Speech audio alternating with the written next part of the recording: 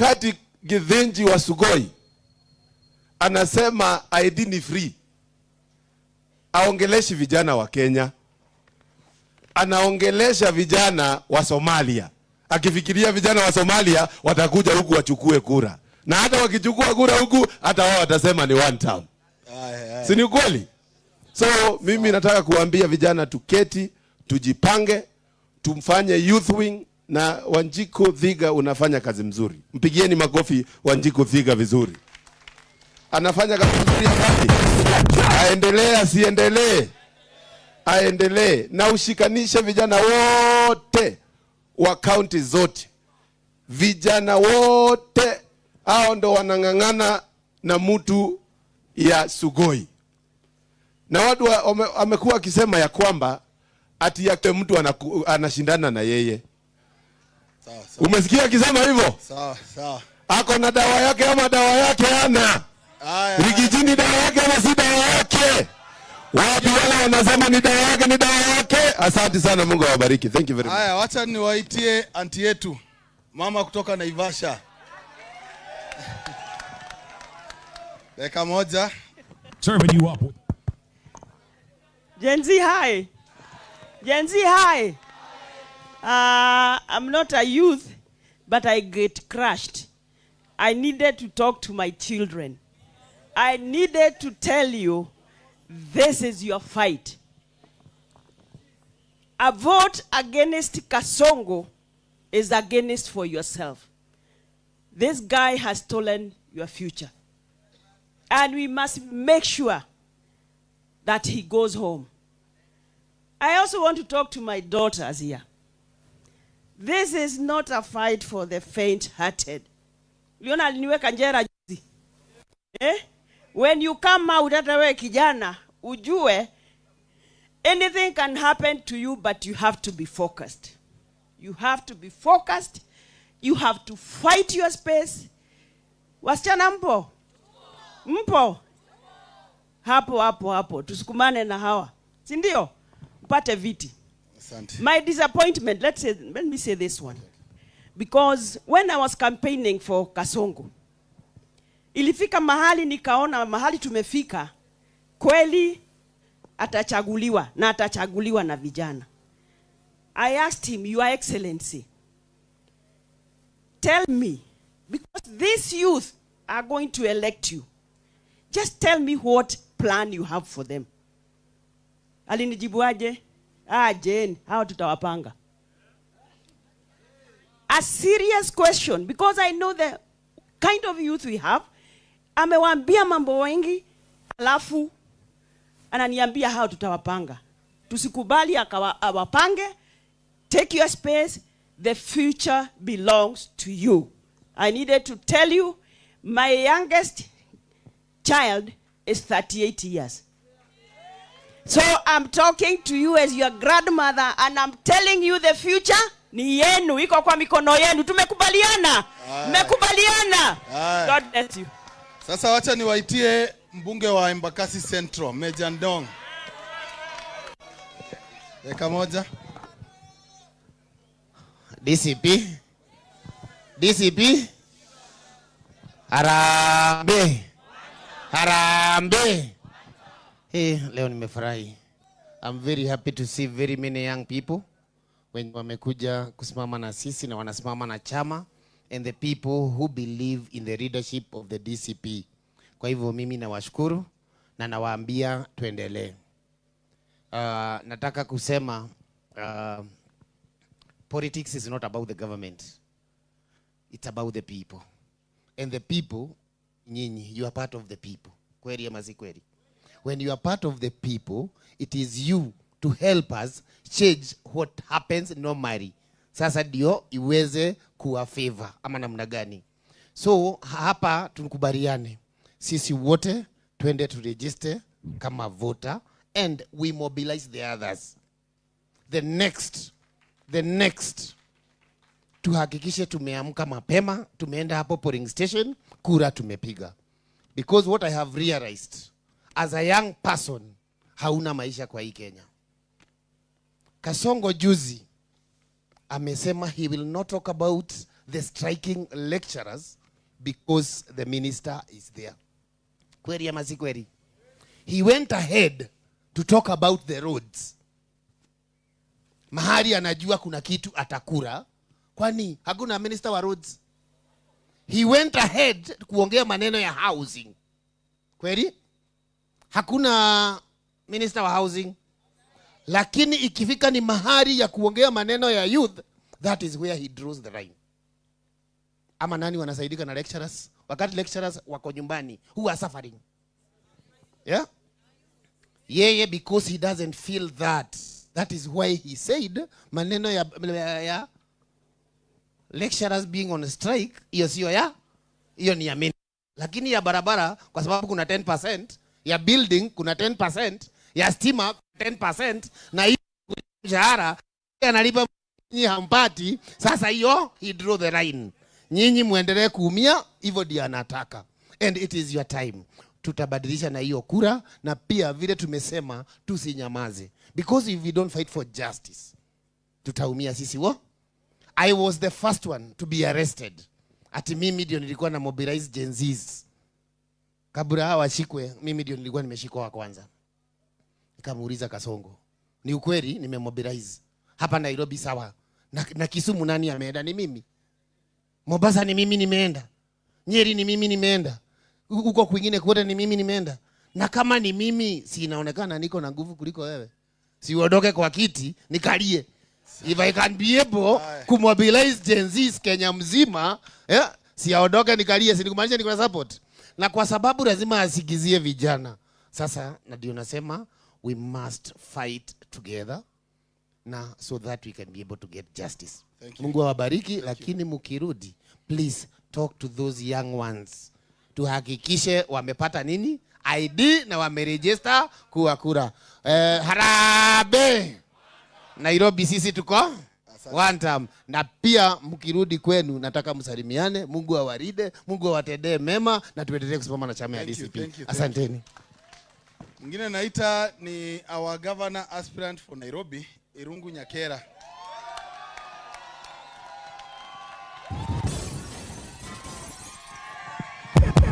Asante sana. Harambe! Harambe! DCP. Asante sana. Your Excellency Rigathi Gachagua, all the leaders hapa hivi na my youth. Mko sawa? Let me first take the opportunity to thank wale terrorists. Si mnawajua? Hapa terrorists Wanjiko na terrorists Kawanjiro. Si ndio tuwapigie makofi. Hawa terrorists wamefanya kazi mzuri sana ya kutushikanisha hapa siku ya leo. Na thank you so much, Your Excellency, for putting Wanjiko to be on top of this team. Kwa vile from the beginning I remember, as soon as alipo hiyo kiti, alituambia anataka kufanya hii forum. Na akasema hii forum ndio anataka youth wajue hii ni chama yao. 75% of Kenyans are below the age of 35. 29% are between 18 to 34. Na wengine ni wale wadogo. That means that the future of this country is this generation.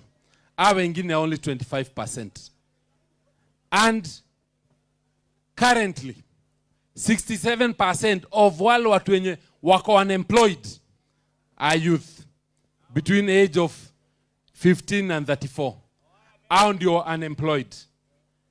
Meaning we need the youth voice. Ndiposa nimesikiza the leaders who have spoken. Wameongea about maandamano, about demonstrations, na about the rights za every Kenyan. Demonstrations na maandamano iko katika constitution. Kwa hivyo mtu asikatuambie tusikandamane, mtu asikatuambie tusiongelee about our rights. The only thing I can pray na niombe Your Excellency Party Leader is create a team ya kina Edgar, kina Wakili Mureu na other lawyers, I'm sure iko watu wengi sana wanataka watashikana na sisi so that we have wale wakili wenye wataongelea watu wetu, the young people wakishikwa, wakiwekwa jela bila malipo, si ndio? Na pia tukue na bond tuweke pale hivyo, so that mtu akiwekwa ndani kwa sababu sijui kama ule kijana Msafi ati ameongea vibaya juu ya a certain MP, anampeleka kule kotini. We should not allow it. And Your Excellency, tafadhali tutafutie team ya to fight for our rights. Nikimalizia, Your Excellency, umeongea about education. Na mara nyingi sana unaongeanga about education because that's the future. But we have seen what this current administration has done about education. Mimi nasemanga education indefanyanga mtoto wa maskini na mtoto wa tajiri wakae meza moja, na it gives us a future and a hope. So when we see help imenyang'anywa, imestopiwa, we feel their future when we look at, kama leo nimeona Pwani University, Egerton University wamefunga wakifuatilia JKUAT wenye walifunga. Hakuna lecturers wawezi kulipwa, lakini watu wanajaa kule State House wakipatiwa pesa ili wadanganywe. It means Thank you. The priority ya inchi iko in the wrong hands. Your Excellency, mimi nikimalizia, Thank you, Governor. ni ile maneno ya voter registration. Tunaongea about the young people to be the voter to register to vote. Tumeona in the currently when wana register for votes, tunaona even watu wa kutoka Burundi, watu wa kutoka Uganda na kule kuingine Ethiopia wanaitikishwa kuregister to vote. Refuse. We have to fight it. Sisi wenyewe, let us ensure tumeregister vote. Hiyo vote yetu ndio itapeleka watu nyumbani. Asante. Na ukienda pale kwa polling station uone mtu wa Burundi ana register kuvote, piga picha, sio? Aondolewe hapo hivyo. Na Thank you. Nikimalizia, tumeona tuko na yetu wa pale Kariobangi. Ule tumshikilieni. Hii ndio akwe wetu wa kwanza huku Nairobi kuchaguliwa kama DCP. Sisi tumejitolea over the next 3 weeks tutakuwa kule Kariobangi. Tukifanya hiyo siasa, tushikilie kijana wetu. Na Nairobi tunajua, mimi nasimama governor huku Nairobi.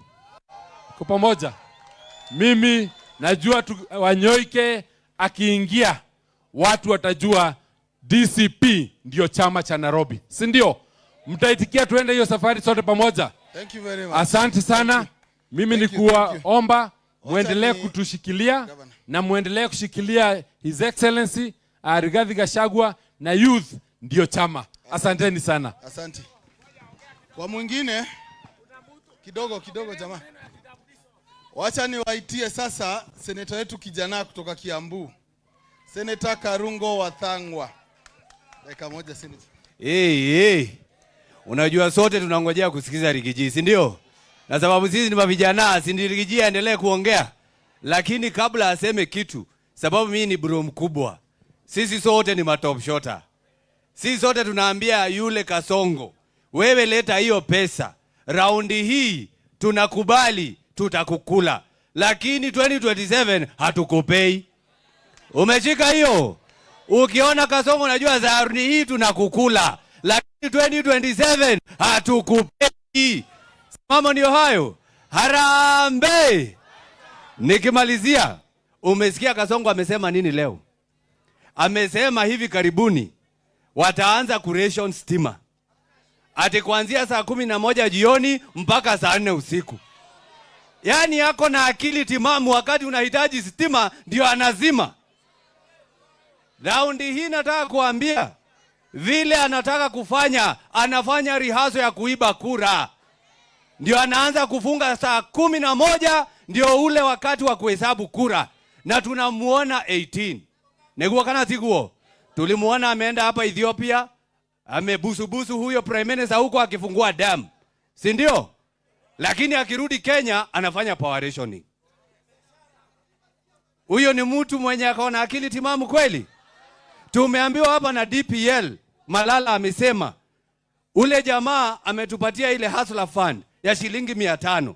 Wewe kama ni mfanyikazi wa serikali ama mfanyikazi mahali popote na unalipwa shilingi 15,000, Kasongo huwa anachukua 2,000. Taxes ya SHIF, taxes ya NSSF, taxes ya housing levy, anachukua karibu 2,000. Anachukua zako 2,000, alafu hustler fund anakupatia 500. Huyu ni mtu anafikiria mafikiri. Harambe! Unajua nimesikia hapa yule Rigiji ndiye top shota, si ndio? Si ndio top shota? Top shota, top shota, top shota, top shota. Si tumuamshe na anthem ya top shota. Tumuamshe na anthem ya top shota. DJ, hebu tusikie top shota, tujue ni nani top shota. Top shota, top shota, top shota, top shota. Gachagua the top shota. Top shota, top shota. Top shota, Gachagua the top shota. Top shota, top shota, top shota. This carry message. Revolution time is here.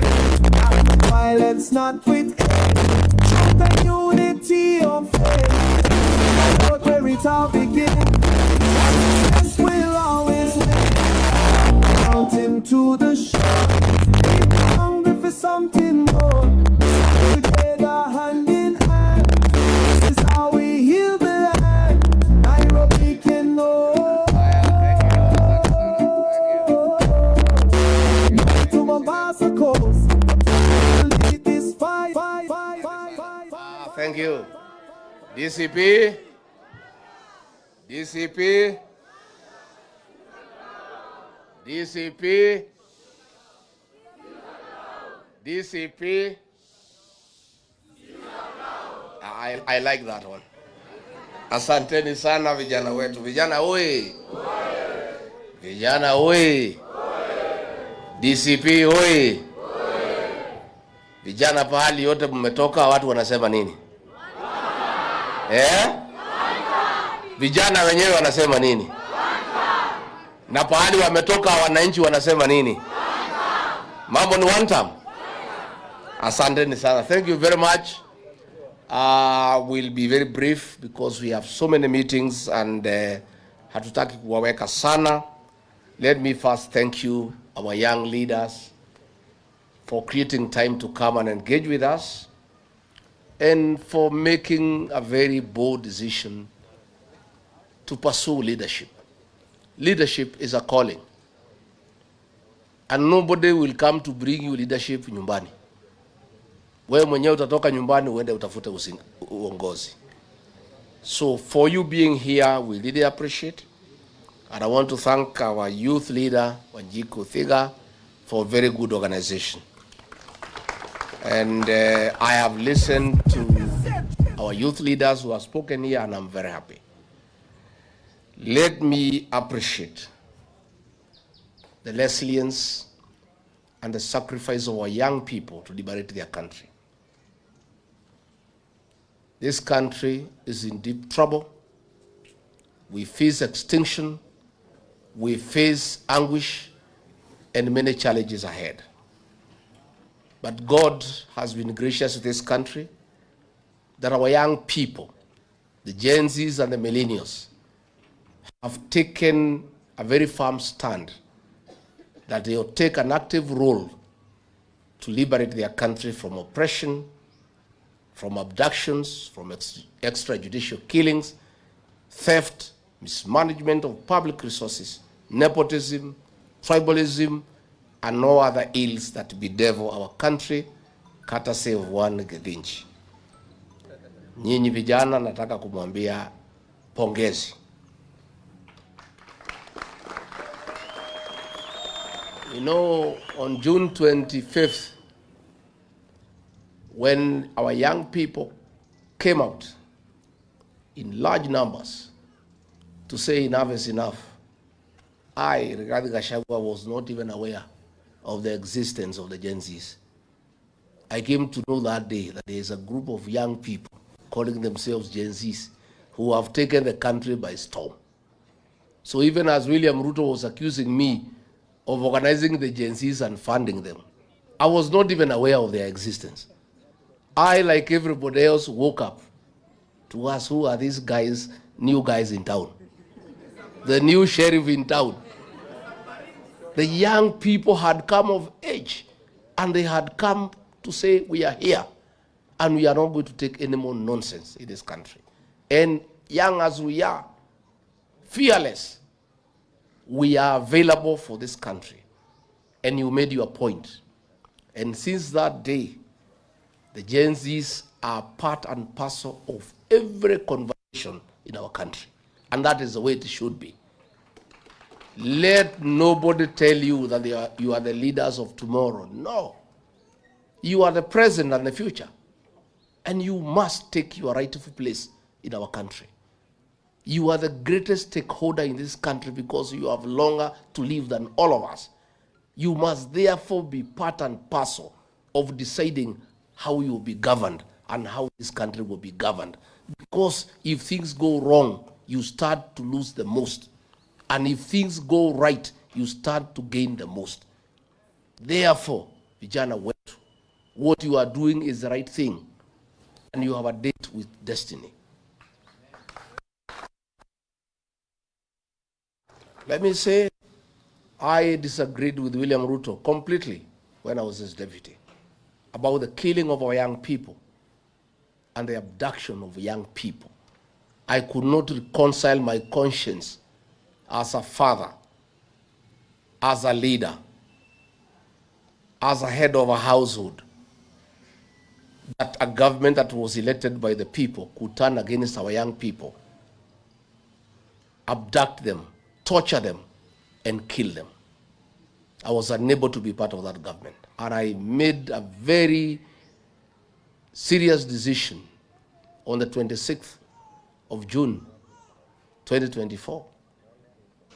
I flew to Mombasa and held a parallel press conference with William Ruto. When he was calling our young people criminals, I call them my sons and daughters.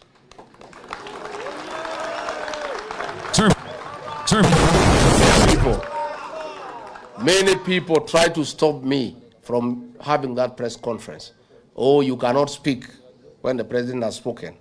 But I say the president is behaving like an animal. I am not an animal myself, I'm a human being. And I must dissociate myself from his utterances. These are young people who are fighting for their country and for the right thing. And he is calling them criminals. And they are not criminals because what they were disagreeing with is what is criminal in nature. And I therefore affirmed our young people, and I said I want to be counted, that these are our young people, they are my sons and daughters, and they must be given a chance. And that's when I disagreed with William Ruto. After that day, until he threw me out of office, we never spoke again. He would just pretend to greet me in public, but he could not agree to face me because I would look at him at his face and ask him, why are you killing young people? You know, so, my good people, DCP is your home. This is the home of the Gen Zs and the millennials. And my mission is very simple.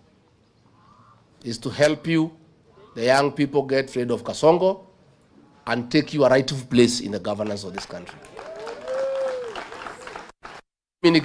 Hata nikimaliza hiyo niende wa Monyoro nikapumzike, I'll be quite happy. Kasongo waende, vijana wachukue nafasi.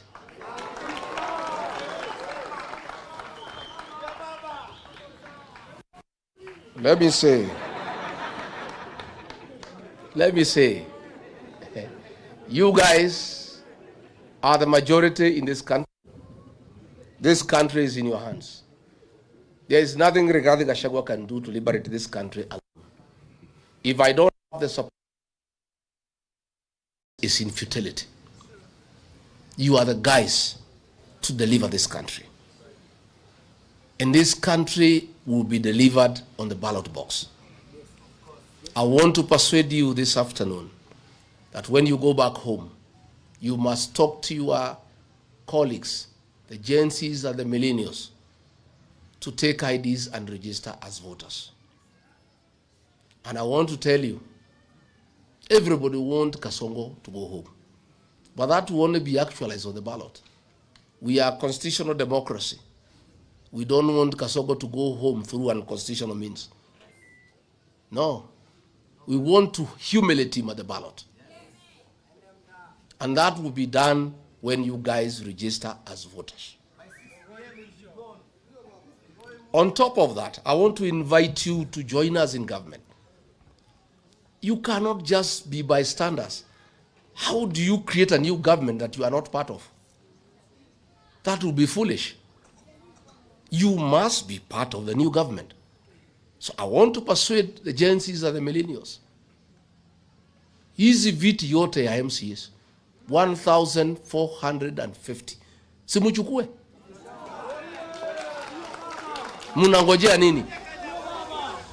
Nyinyi ndio majority. What are you waiting for? These 290 constituencies, take half of them. Senate 47, take half of them. Why and why not? Nyinyi mumekula vitabu sawa sawa.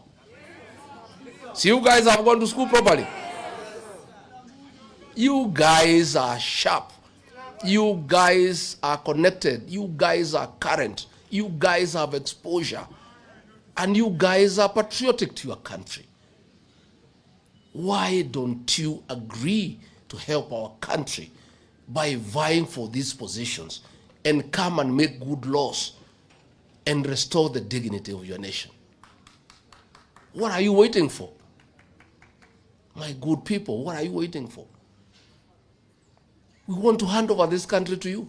We want to help you get rid of Kasongo because that is your greatest enemy.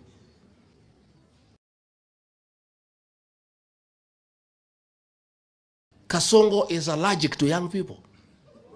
He has allergy. So the only way our young people can survive and prevail and take their rightful place in this country is when Kasongo is one term. So before we can restore our young people and put them into places of leadership, it is a prerequisite that Kasongo must exit. So nyinyi tafadhali, I agree with the formula that will have exemption for you to pay nomination fees. But when you prove that you are a serious candidate by enluring members into the party, then we know you are serious, isn't it? Otherwise, we would have too many jokers. So that formula, Wanjiku Thega and SG work on it. I am 100% persuaded. I am aligned. You know, the other day I went to my hometown in Karatina, and there were like 15,000 people. Some Gen Z guys there, they want to be MCA. The place was wild. The women were saying tunataka Gen Z yakuwe MCA wetu. The men were saying the same. Wazee Gen Z wenyewe wanasema. So nyinyi vijana, Kenyans have confidence in you after what you did. Please take up your rightful place. In matters nomination, I have persuaded our National Executive Council that those of you who work hard in your counties, in all the counties will have nominated MCAs. You guys will take half the number. Kama hapa Nairobi nikipiga hesabu, DCP will have over 20 nominated MCAs. 10 ni zenu. Like Jemo, ile kazi umefanya tayari, moja ni yako. Sindio? So, you guys, hizo viti tutapeana kulingana na proven track record. Your activities, what are you doing for the party? Are you a good online warrior for the party? Kwa hii mitandao, I have put a team now to start analyzing who is fighting for this cause for the party. Bas, kwa mtandao, wale wanapigania chama na sisi kwa mtandao, it will also be one of the methods we shall use to identify the people we nominate to go to the county assemblies. I want to be surrounded by an army of young, aggressive, intelligent young people so that I can be a good leader. There is no way you go anywhere as a leader unless umejisurround na vijana ambaye wamesoma na ambaye hawaogopi mtu yeyote. Rigathi Gachagua has availed himself to be surrounded by young leaders so that I can succeed. I'll go nowhere without you. I want you to come. We work together. I want you to take over these county assemblies, both the elected MCAs and the nominated ones, so that you set the national agenda for good governance, transparency, and accountability. I want to see young leaders in the National Assembly, in the Senate. And when I form government, even in the National Executive, we'll have a blend of the young, knowledgeable, energetic, backed up by the experienced, and with proven track record. Tukiweka CS ambaye ako na experience, tunamwekea kijana ya 24 years Gen Z kama PS wanafanya kazi naye.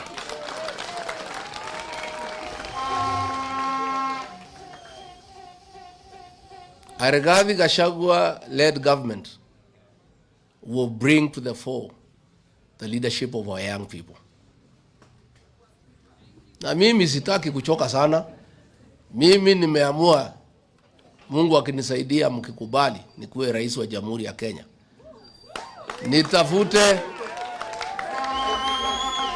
Nitafute vijana, nijaze kwa serikali. Watu wange kazi, I take the credit. Si ndio? Mimi nikae pale wa Manyoro na Pastor Dokas, nimeweka vijana, nimejaza kila pahali. Wanakuja kunibrief on Monday na kuchukua mawaidha. Ambia vijana hapa muangalie namna hii, wiki hii mtakuja kuniambia weekend. Si ndio? Si hata mimi lazima nijipende. Kwani hii kazi nitafanya mpaka siku gani? But since I cannot run away from responsibility of working hard, I must surround myself with youthful, energetic young people to help me govern. And you guys, you'll be all over. You will be in every office in my government. You will be in every institution. You will be in every parastatal. You will be everywhere. Watu waanze kuzoea nyinyi mapema.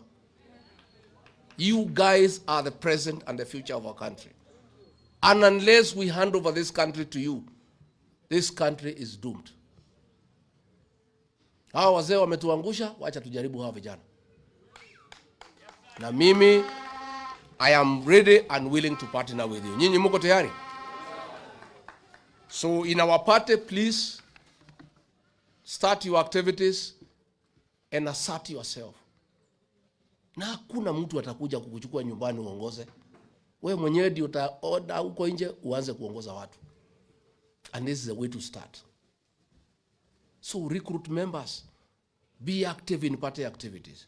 And you have seen when I come in the countryside, mkutano wangu lazima nipatie majenzi waongee. And that will continue. Because all those things we discuss is about you. So how do we discuss things to do with you and we don't allow you to participate in that discussion? So please, mimi nimefungua roho yangu, nimefungua milango yangu, naomba tufanye kazi na nyinyi. Naomba tusaidiane. Mko tayari? Mko tayari? And I want to say, you know, Kasongo ametudanganya, alisema ataweka ICT hubs kila ward, mumeziona? And you know this guy is actually mannerless. Let me ask you. He told us ataweka sisi pesa kwa mfuko. Ile kidogo tulikuwa nazo akato? Ni muongo si muongo? Now he is telling Kenyans that apatiwe nafasi ati to make Kenya at the first world. Now, this man,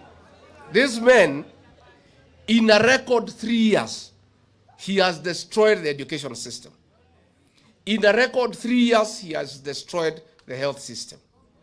In a record 3 years, ameharibu biashara. Kila kitu ameharibu, nothing is working. And he thinks Kenyans are foolish, that he can trust them, and they can trust him, that he has the capacity to make Kenya to be first world. Kama ile tumekupatia mwaka 3 umeharibu.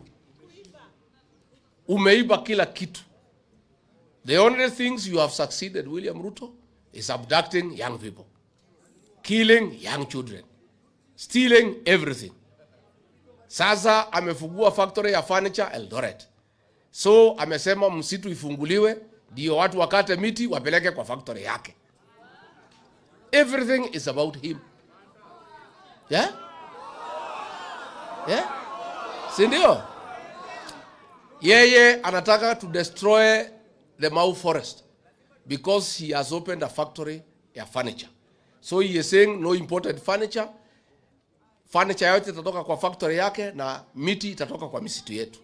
So he wants to destroy all our forest, the whole ecosystem, and destroy it. Mambo amefungua factory ya chuma. Ndio sasa anaweka mambo ya affordable housing. Amefungua factory ya tiles. This man is in every field ya biashara. Amechukua biashara yote Kenya. Mpaka matatu amechukua na watoto wake. Sasa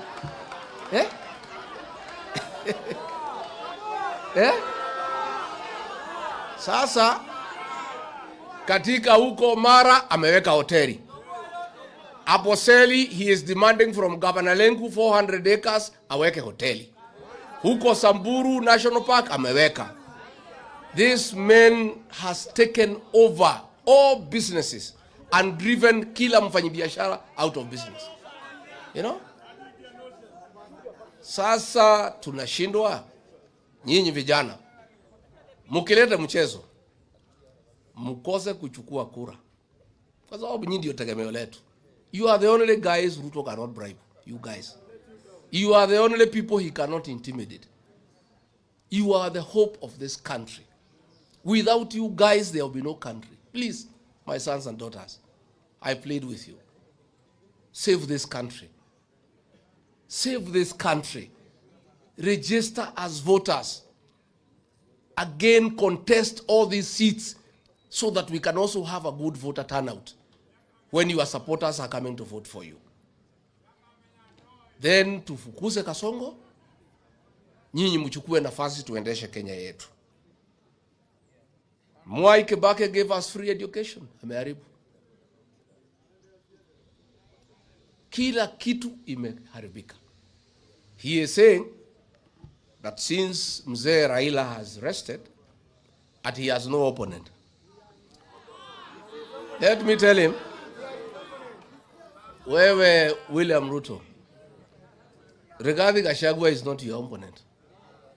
Kalonzo Musyoka is not your opponent. George Natembea is not your opponent. Martha Karua is not your opponent. Eugene Wamalwa is not your opponent. Your greatest opponent, in case you didn't know, are the Gen Zs and the millennials.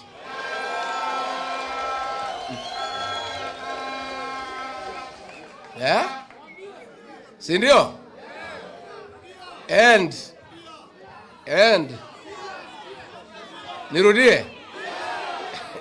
Nirudie William Kipchirchir Arap Ruto,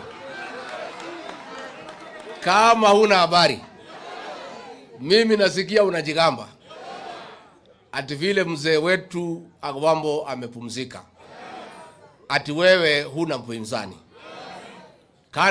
Kama huna habari, ukiwa pale Qatar kwa ile hoteli unakaa,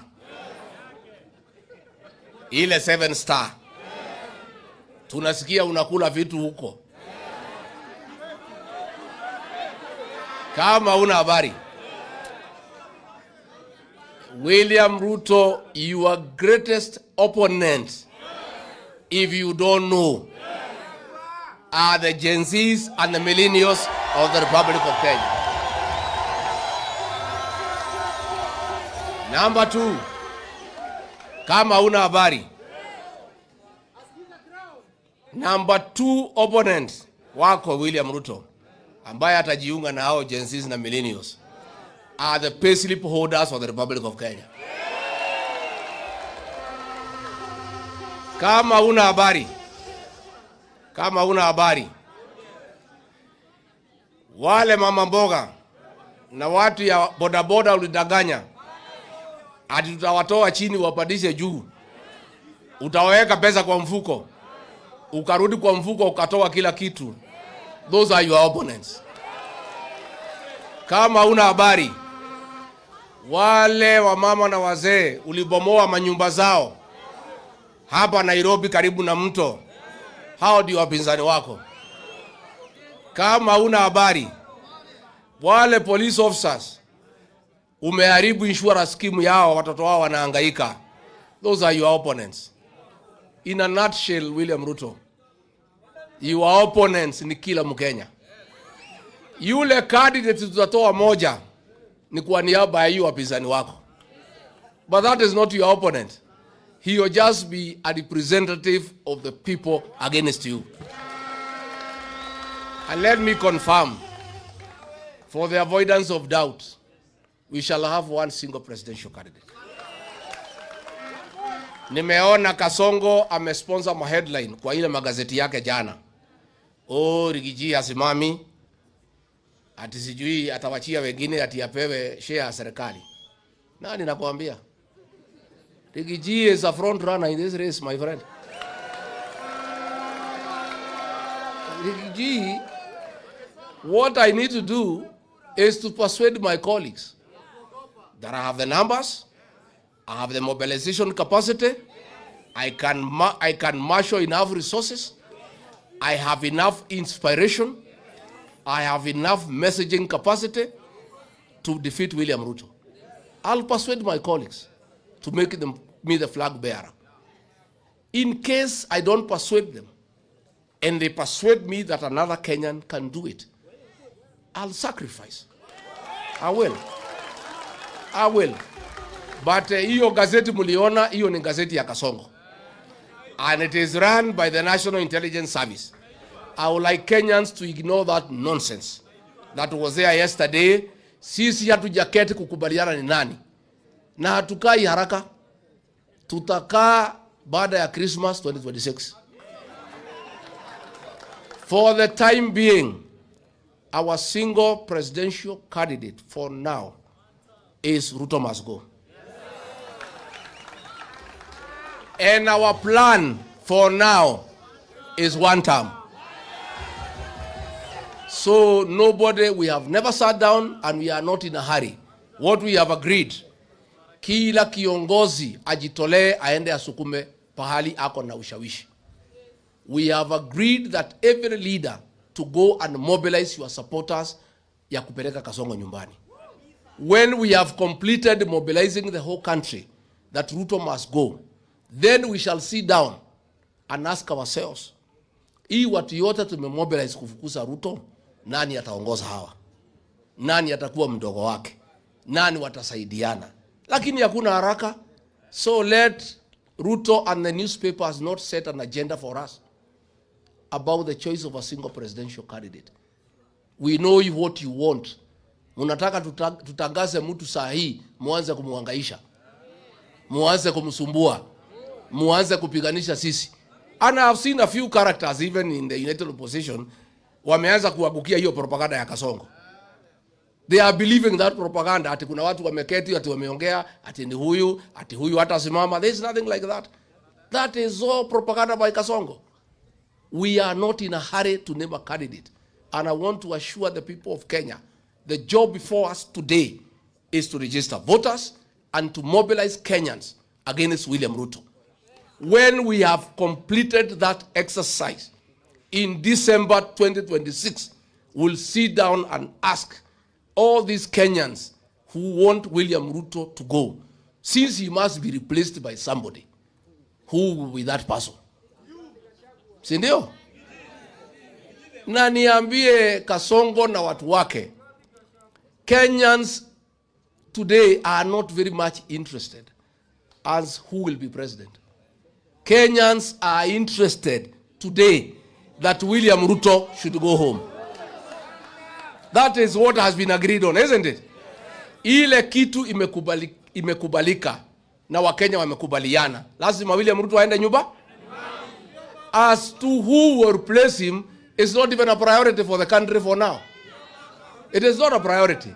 That one we shall agree much later, huko December after Christmas, hapo 28, 29, ndio tukienda mwaka mpya ya 2027, before midnight, tuambie Wakenya, tukiamkia kesho, flag bearer wetu ni fulani. Tumekubaliana? Sindio? So mimi sitaki nipitishe kutoka hapo. Nimesikia Kasongo akisema we are average thinkers, it's okay. Wewe endelea kutusi sisi. Continue abusing us. That is why you are saying we are average thinkers, because you think we are so stupid that you can con us again, that you can make Kenya a first world country. You think we are that foolish. And that is why you are saying that we are average thinkers. You know, ati unasema ati tuache ujinga, ati tutoe pesa vile tumetoa ya housing. Ulitulazimisha. Hakuna mtu alitoa pesa ya housing, you forced us. And I want to announce again, mkinipea hii kiti ya rais, kazi ya kwanza, tukitoka Kasarani, tukifika State House, the first executive order is to scrap the housing levy. And all these houses that have been built will be handed over to the county governments to manage them, raise enough money, and pay back all the workers of Kenya. Then from there, manage them. So, sisi tuko sawa. Young people, please do what you must do. Mimi nataka nikija, nataka nikitembea, nikute nyinyi kila pahali, mume take charge. Take charge of our meetings. Take charge of our meetings. Take charge of the narrative. Hizi viti tafadhali ya ma MCA ya wabunge mchukue. Kwani nyinyi mkiwa ma MCA mtajikuna? Kwani mtatapika? And what is the problem? Now you are the majority. So mimi niko nimefurahi, we have several by elections. Please help us. Pale Mbere watu wamenipigia. Unajua ndiambia watu ya Mbere tumefungua mahoteli huko ya Kasongo, ya Zabrano, ya Karinda, ya Roko, wakule waendelee kukula lakini wasiuze kura. Sasa wamenipigia sema Rigiji, tumekula pesa hii mtu tumechoka, kuja ufunge hoteli. Tuende tuchague Karisi. Watu ya Mbere wananipigia. Mimi naambia watu ya Mbere hakuna nyinyi endeleeni hiyo hoteli. Kuleni wiki hii. Mimi nitakuja kufunga mahoteli Mbere. I'll come and shut down all those hotels. Na ile kivumbi tutaonaisha Kasongo hapo Mbere North. I'll go personally to Mbere myself. I shut down all the hotels. Ile ya Kasongo, ile ya Soprano, ile ya Roko, ile ya Karinda. And from there I'll give direction. Vile kura itapigwa na watu ya hapo. Hapo Kariobangi, I've told the MPs of Nairobi na wengine, they take charge as I take charge in Mbere. Tuko na uchaguzi pale Narok, watu ya huko they have taken charge. Tuko na ingine Magarini, msijali, tuko sawa. Tunataka hii watu tuanze kuzoeana na kupeana heshima mape. Si ndio? Si ndio? So you guys, I have faith in you. I have faith in you. Yeah? And I'm telling you, nyinyi tukimaliza hii uchaguzi, mkiona vile nitajaza nyinyi maofisi, mtakuja kuniheshimu. Yeah? Hii maassembly hii mtakuwa mmejaa huko. Bora msinisahau mkifika huko. Najua naye watu wakipata uongozi wanaanza kiburi. You know? They are these fellows niliwasaidia wakakuwa wabunge.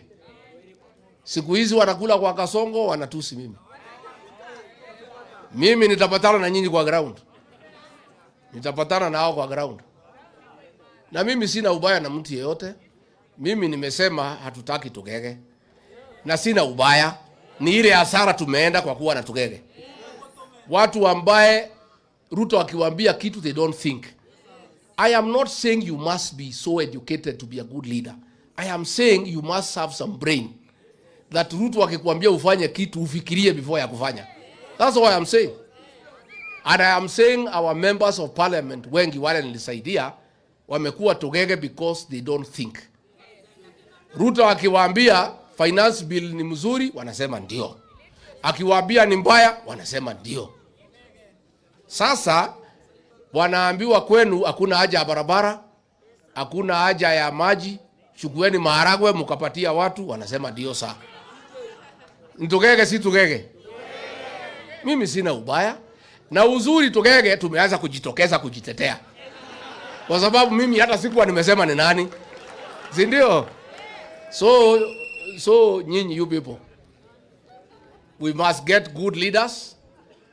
We must get quality leaders. Na mimi, I have come to the conclusion that good leaders will come from the young people. If you see the leaders who have refused to sell their soul to Kasongo, who walk around with me, they are all young leaders. Wale ambaye ni warika yangu, wako kwa Kasongo wanakula pesa. But the young people, akina Karongo Thango, akina Munyoro, akina Medho, akina Gacheri, akina Ngogoyo, they are young people. So along the way, I have developed a lot of trust for our young people. Uyu Malala, young guys, steadfast. You know? So Mimi, I have decided to invest in young people. Let me mentor young leaders. I feel safer that way. Mimi najua nikiwa na vijana wamenisurround niko sawa. Si ndio? Yeah. Mimi nikiweka vijana hata nikienda wa Munyoro si mtakuja kuniangalia? Si mtaniletea chakula? Si mtakuja kuangalia hawa mdoing? I am safer as a leader when I have young leaders around me. And that is what I want us to do. So mkienda nyumbani msalimiane, na mimi nawapenda sana na ninawaamini sana.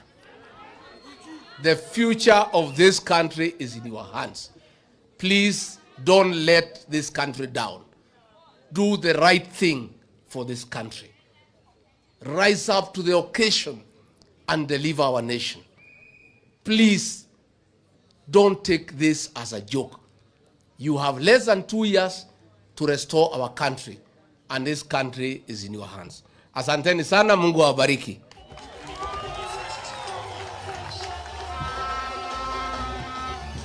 Asante sana.